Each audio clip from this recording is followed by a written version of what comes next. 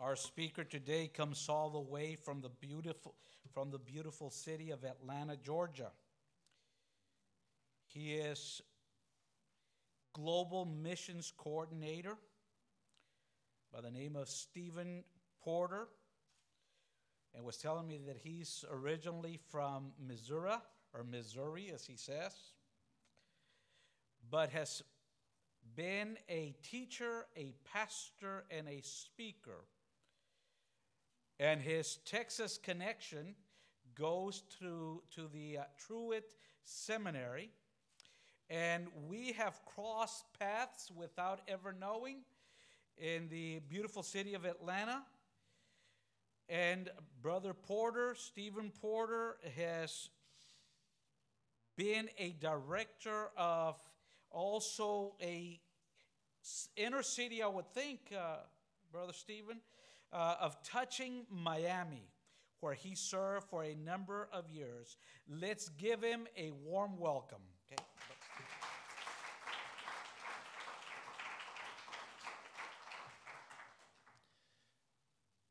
Well, thank you for inviting me this morning to share the good news of Jesus Christ with you. I consider it an honor. I bring you greetings on behalf of the Cooperative Baptist Fellowship. That's a network of roughly 1,800 churches around the United States that do really three things together. They're committed to forming healthy churches, to nurturing young Baptists like some of you, perhaps all of you, and then also to sustain global missions, where we have what we call field personnel, or usually you'd call missionaries, serving alongside local Christians in 30 countries around the world. I have had the privilege to teach at Truett Seminary at Baylor some outstanding graduates of BUA. So I consider it a special privilege to be here and to express warm congratulations to Dr. Rodriguez on being named acting president. I'd also like to mention Rick McClatchy, somewhere around here, one of your own professors who is the director or coordinator of CBF, Cooperative Baptist Fellowship, here in the state of Texas. We also have a few of, Jorge's sitting next to him, Zapata, who also works at CBF Texas. And we have a couple of our field personnel. I see Linda Cross in front of Rick, and I also see Diane Wisnand. And so, and then I'd also mention I saw him teaching in a class earlier, Christopher Mack, who is my former next-door neighbor in Waco. So that's his claim to fame. I'm sure that gets you nothing at all in this life, but oh well. We were neighbors and friends. Today, I want us to consider the cost of following Jesus. And after reading from the 8th chapter of Matthew's Gospel, Matthew 8, beginning with verse 23, we're going to watch a brief video that illustrates the difference your life can make if you're willing to count that cost and follow Jesus into lives of service. I was going to show you actually a 2-minute testimony video. This is a little bit longer because the testimony video is by someone that was speaking only in Mandarin, Chinese, and you couldn't see if you were sitting in the back. The subtitles are really low on our video. So, but anyway, you'll still see some images. Turn to Matthew 8 then, and beginning in verse 23. It's a familiar story. When Jesus got into the boat, his disciples followed him. And behold, there arose a great storm in the sea, so that the boat was covered with the waves. But Jesus was asleep. And they came to him and woke him, saying, "Save us, Lord, we're perishing." And Jesus said to them, "Why are you so afraid, you of little faith?" Then he rose and rebuked the wind and the waves, and it became perfectly calm. This is the word of the Lord. Thanks be to God. Let's watch this video.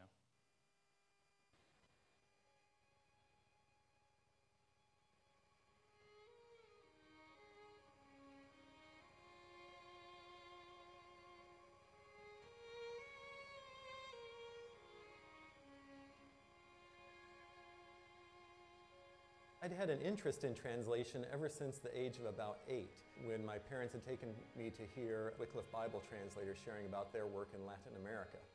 We had been in Thailand about 7 years before we began to work on a Bible translation project as a joint project between CBF and the Wycliffe Bible translators. Our hostess had hired a tutor for us, and after a few days he said, "I got to tell you, I'm not a native speaker of Gamuang." So we said, "Well, what do you speak?" And he said, "Bisu." So as we heard about the Bisu, we kept thinking, maybe this is God opening a door for someone to go live among the Bisu. Maybe this is the bridge. And he said, "Why don't you guys come live with us? It's just up the mountain. Why don't you come live in our village?" He said, "Yeah, we really don't like Christians very much. You wouldn't come and preach at us, would you?" And we said, "No, we are Christians, and our desire is to help you to develop books in your language, develop alphabet, and eventually to translate the Bible." And he said, "Well, okay, I bet the Bible's okay. You know, I've heard that's a big book that people read." Susie immediately felt that as a sort of calling from the Lord that we should consider working with the Bisu people. I was more resistant. I thought, this is a group of 700 people. Do I really want to pour my lives into such a small group? Is it worthwhile? Keith Parks took me aside and reminded me of how Jesus spoke of giving a cup of water to a child. And he said, "You know, Kirk, I really think you should consider that this might indeed be God's calling." I came to Thailand and learned that there were so many languages here, and many of them without a written language or Bible. 18 years later, the Bisu New Testament went to the printer, so we're just thrilled. We can hardly believe it. We've been working and living in the village for about 7 years, and at that point there was only one believer among the Bisu people. We just invested so much into the Bisu people, and yet there was still no interest whatsoever in the gospel. And I was just thinking, maybe we were wrong. Maybe this was a false start. Maybe this was a distraction. The next day I got a call from a Thai friend who lives up along the Thai border, and he said, "There are some Bisu people from a neighboring country here to see you." So I went up, I drove up the next day to the border, and sure enough, these were Bisu speakers from a neighboring country. They shared how some of them had been praying every day for the Bible to be translated into their language. And they told me the story of how about 30 years earlier, they had converted to Christianity in sort of a mass people movement, no missionaries involved, that their whole village had chosen Christ.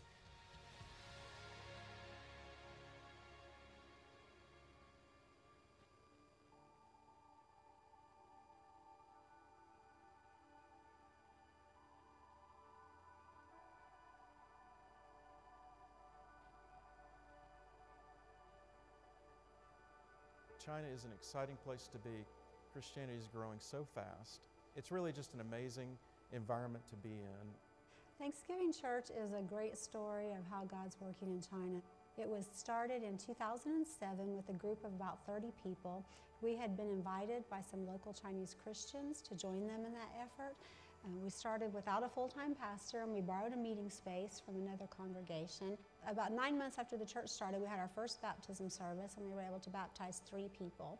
And over the years, that's continued to grow until now we have 600 to 700 worshiping on Sunday in 2 different services and even a 3rd location.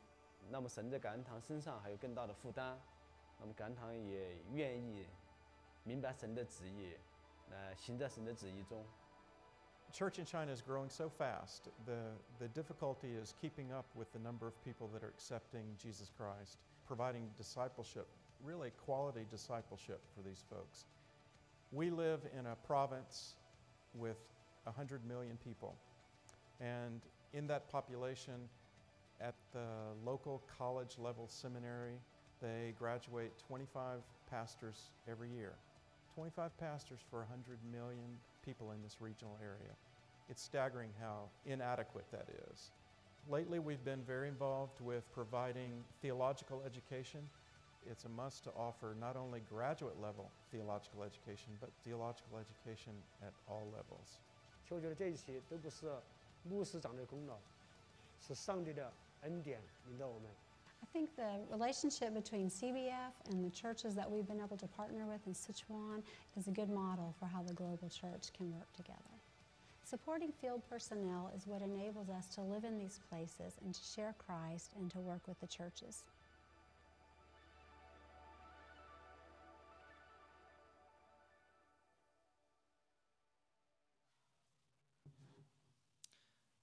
Those 4 missionaries are all from Texas, as it turns out. Perhaps you could be in China or Thailand or somewhere else in the world serving the gospel of Jesus Christ one day. Well, yo quiero hablar en español hoy, pero mi español es muy malo. So it will be English for you. I lived in a community in Miami that was African American, and so it was one of the few pockets, the poorest neighborhood in the city, that Spanish wasn't the dominant language in Miami.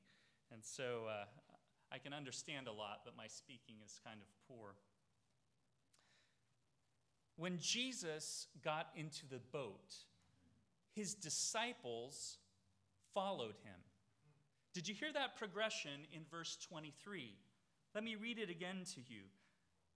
When Jesus got into the boat, his disciples followed him. Now, my background is in the black church, and in the black church, they speak back in sermons. And so you're going to have to work with me just a little bit. I speak in front of a lot of white churches now, and it makes me very nervous.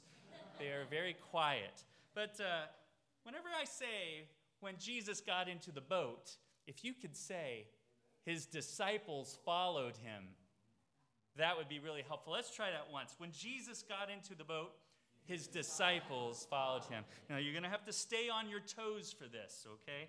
In this story, we discover that there is a certain discomfort in discipleship. Jesus will lead us to places we scarcely can imagine. In my first year of teaching at Baylor's Seminary, I hired a brilliant student as a graduate assistant. Knowing of his interest in Muslim-Christian relations and his wife's previous service in Indonesia, I recruited them for missionary service with CBF when he graduated. They departed for Indonesia a couple of years ago. Now, my friends have 2 young children, same age almost as my children. At their birth, I doubt their grandparents ever imagined they would have to travel clear to Southeast Asia to hold their grandchildren. How many of you know that Jesus will lead us to places we otherwise would not go? Maybe even San Antonio for some of you. When Jesus got into the boat, so you get the star, but everybody else, oh my goodness. You got to stay on your toes now. Of course, when we read this story, this very familiar story, there's a great temptation, isn't there, to jump ahead to the happy ending and discover that all is well, that Jesus calms the storm.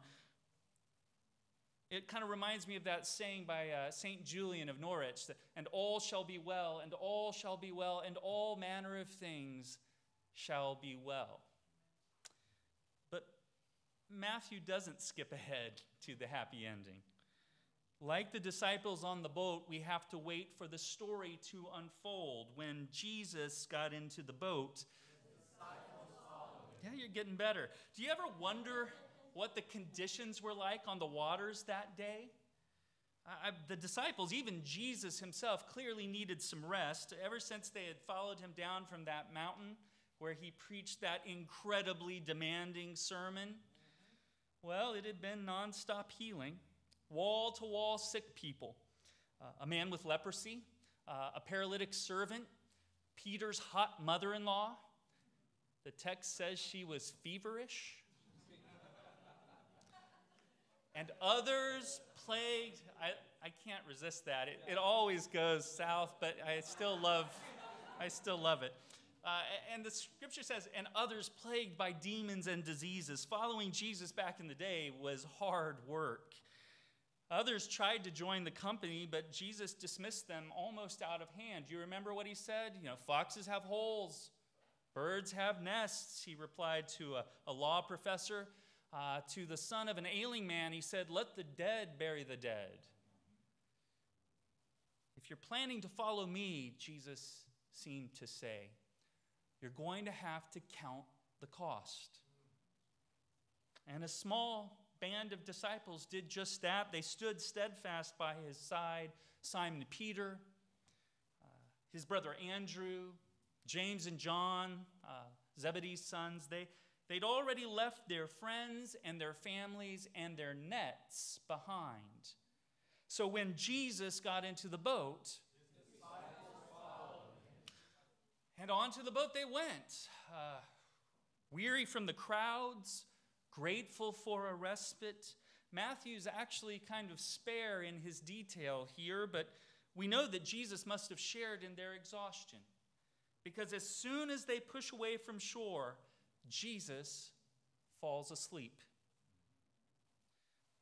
I bet those disciples' heads were spinning, don't you?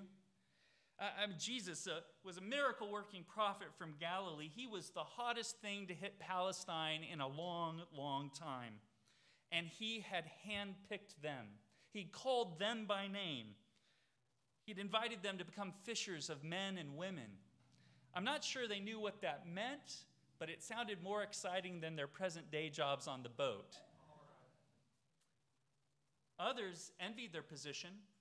They tried to cut in on their good thing, but Jesus, for some reason, deemed that group of people special. He called them, isn't it amazing? He called them in the Gospels by name. Now, you can imagine the disciples in that moment. Perhaps they were kicking back, relaxing on the deck, playing a game of shuffleboard, or maybe they were reclining in nice loungers and they had little drinks with those umbrellas, and they could, they smelled the sea air and the hint of coconut oil from their tanning lotion.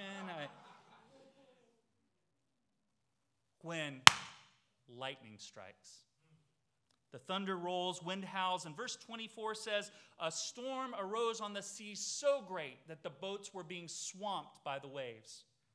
In a moment, the situation changed from comfort to crisis. All hands on deck. Here again, Matthew doesn't give us much detail, but we have every reason to believe that their instincts would have kicked in, their training as professional fishermen took over, and they jumped to their post to save the boat. But it was too late. The squall too strong, the waves too deep to recover. And as they were sinking down there on the water, someone noticed that all hands weren't on deck. Someone was missing. And it was Jesus. And in the rush to find their last and only hope, they discover him sleeping as sound as a baby in the midst of a storm. A storm, mind you, into which he had led them. When Jesus got into the boat, now here's the rub. Contrary to what many of us believe deep, deep down, following Jesus may not be a path to your best life now, as Joel Osteen in Houston likes to say. Following Jesus may put your life at risk. Or at very least, following Jesus may put at risk the life you've long envisioned for yourself. Or the life your parents have envisioned for you when you matriculated at this fine university. Or if you're married, your spouse or your friends or your supervisor at work who might one day want to promote you, or your pastor who counted on your leadership, or the life someday you may envision for your own children. Following Jesus puts lives and dreams at risk, whether we find ourselves on a boat in Galilee, an airplane to Indonesia, or a colonia down on the border. Following Jesus takes us into waters where we're vulnerable to storms that lead us far from familiar shores. When Jesus got into the boat, and despite the disciples' sacrifices or our own, college is hard work, isn't it? Jesus doesn't always seem concerned, or sometimes even present. You ever felt like that? I mean, this work that we pray for when we pray the Lord's Prayer of bringing heaven to earth, that Jesus taught us to pray for, it's not always easy, is it? Sometimes in ministry, whether you're helping a stranger change a flat tire or offering a prayer in chapel when God knows you are terrified of public speaking, or lead a Bible study in your dorm, or serve homeless folks down in the city when you'd rather be on a date with someone, or giving up your next summer to serve as a student.go missionary with CBF. There's information out in the hallway about that, by the way. Or serving at Agape House and getting up on a Saturday morning, perhaps, to assemble food when you'd rather be sleeping in. I don't know what it will be, but I do know that sometimes it won't feel like Jesus is on the scene, in the room, or on the boat. Verse 25, the disciples say, "Lord, save us, we're perishing." And what's Jesus doing? He's asleep. When the storm kicks up, the disciples go and they rouse their slumbering Savior, and the rebukes, that's right, rebukes swiftly follow. Now you might be thinking, finally, we're getting to the good part of the story. Jesus is going to whip out the magic and rebuke the wind and waves, and we'll be in that nice, perfectly calm place again. But not so fast, says Matthew. Consider the scene in verses 25 and 26. The disciples say, "Lord, save us, we're going to drown." And Jesus replies, "Why are you afraid, you of little faith?" Come on, Jesus. Talk about kicking somebody when they're down. You of little faith. They're on the boat because of Jesus in the first place. They've just tried to save his life, and they're having this little exchange while what's happening? The boat's still sinking. These aren't like the foxes or the birds or the guys in the story before, that lawyer and the son of the sick man. These are the folks that actually stepped out on faith and followed Jesus, and he led them straight into the storm. When Jesus got into the boat, it's not unreasonable to be scared in the midst of storm at sea on a small boat.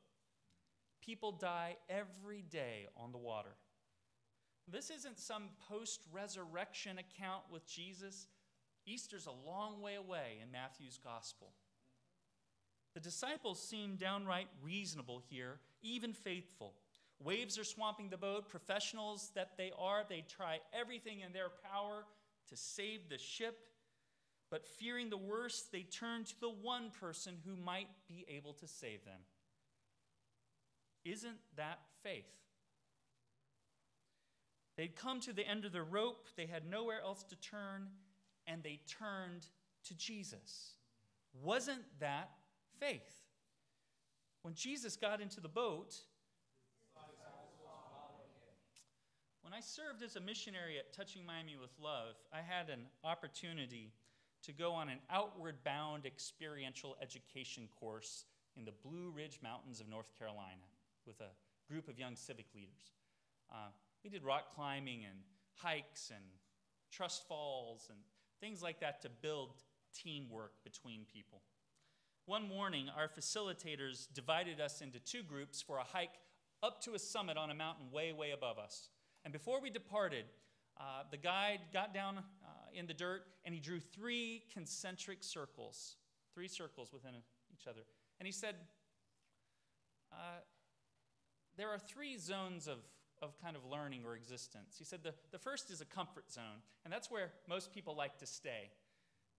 And he said, but you don't learn very much in your comfort zone. You have to stretch out to a stretch zone. And in that stretch zone, that's where almost all of the learning occurs. But like a rubber band, you can't stretch human beings forever. If you stretch beyond a point, you enter a crisis zone, and we snap. And if that occurs, the only thing that can happen is to bring people as quickly as possible back down to their comfort zone. In Matthew's gospel, it seems a little bit as if Jesus could have benefited from that lesson. When the disciples wake Jesus up, they had long since entered the crisis zone. They were falling apart, perishing, as Matthew puts it. And I saw the same thing up on the mountain that day. We were headed down from the summit. Dusk was falling. Camp was still a long way in the distance. Our directions were useless. Turn left at a fallen tree. We were in a forest, for goodness sakes. There are fallen trees in every direction. Tempers were rising, light was fading, and then it happened. In the distance, we heard the thunder. Immediately, our guide stepped out of the shadows and gave us a quick lesson on how to survive lightning strikes in the hills. Now, I'm sure it was sound advice, but all those insights were lost. Why? Because half of our team had immediately entered their crisis zone way out here. And trying to reason with them was useless, and fear began to spread through the group like a virus. And then when the rain gently began to fall, well, we were all the way to Panic Town. People began a mad dash down the mountain in the dark. In Matthew 8, Jesus rebukes his disciples for what seems to be a fairly faithful response. But just when all seems lost, Jesus, the Jesus we so desperately want to appear, does. The wind and waves receive his second rebuke, and we return to a place of peace and tranquility. But don't you imagine that those disciples were somehow changed? That their false assumptions about what it would mean to follow Jesus had to be set aside. Whatever it meant to become fishers of men and women, it wasn't going to be easy work.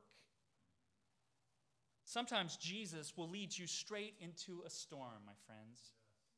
And later in Matthew's gospel, after Jesus famously does another rebuke of Peter, you remember that, "Get thee behind me, Satan"? He turns not to the crowds, but to his disciples and says, "Whoever wants to be my disciple must deny themselves, take up their cross, and come follow me. Because if you want to save your life, you must lose it.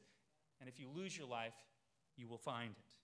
There is an inherent discomfort in discipleship. We, of course, we want to run right past the storm clouds and the story to the happy ending, to that silver lining, past the disciples' imminent fear of death on the water to their deliverance. We want to bask in the glory of the one whom even the wind and the waves obey. But if we do that, we miss the good news in this story, which is simply this: if Jesus gets you onto the boat, then Jesus can get you off of it. Doesn't matter how high the waves in your life may rage. Doesn't matter how far off course everyone else in your life or this city thinks this campus has gone. If you follow Jesus onto the boat, Jesus will lead you home. When Jesus got into the boat, so I have a question. When was the last time following Jesus made you uncomfortable? I suspect following Jesus could still take us into rough waters, and if so, we shouldn't lose heart. We should remember Paul's words to the Galatians, chapter 6, "Don't grow weary in well-doing." But as someone who's a fairly seasoned missionary, let me say this: when you do grow weary in well-doing, remember that we serve a God who can redeem even our failures. And I'm going to conclude with a story. I remember one day in Miami, I turned the corner to our ministry center, and a man in his late 20s tried to flag me down and point me across the street. He was trying to direct me to buy drugs in front of the projects next door.